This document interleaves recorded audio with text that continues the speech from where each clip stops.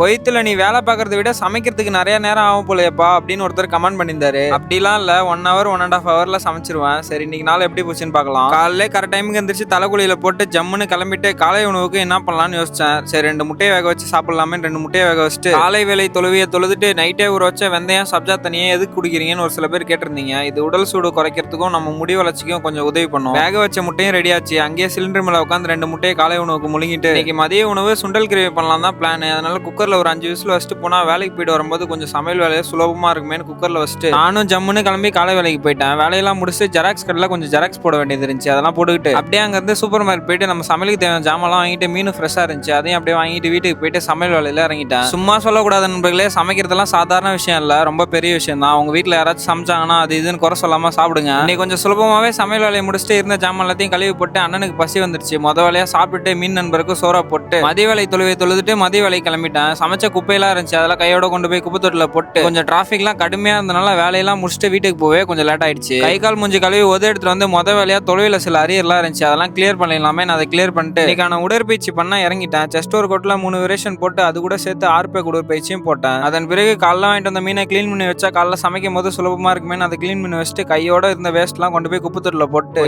இந்த மாதிரி வேலைக்கெல்லாம் ரொம்பவே டைம் செலவாகுது. நைட் உணவுக்கு அவள் பால் ஊத்தி முடி வளர்ச்சி விதையெல்லாம் போட்டு நைட் உணவு சாப்பிட்டேன். அப்படியே நாளை முடிச்சுக்கிறேன் நண்பர்களே. நாளைக்கு பார்க்கலாம். விடாமுயற்சியுடன் இருங்க.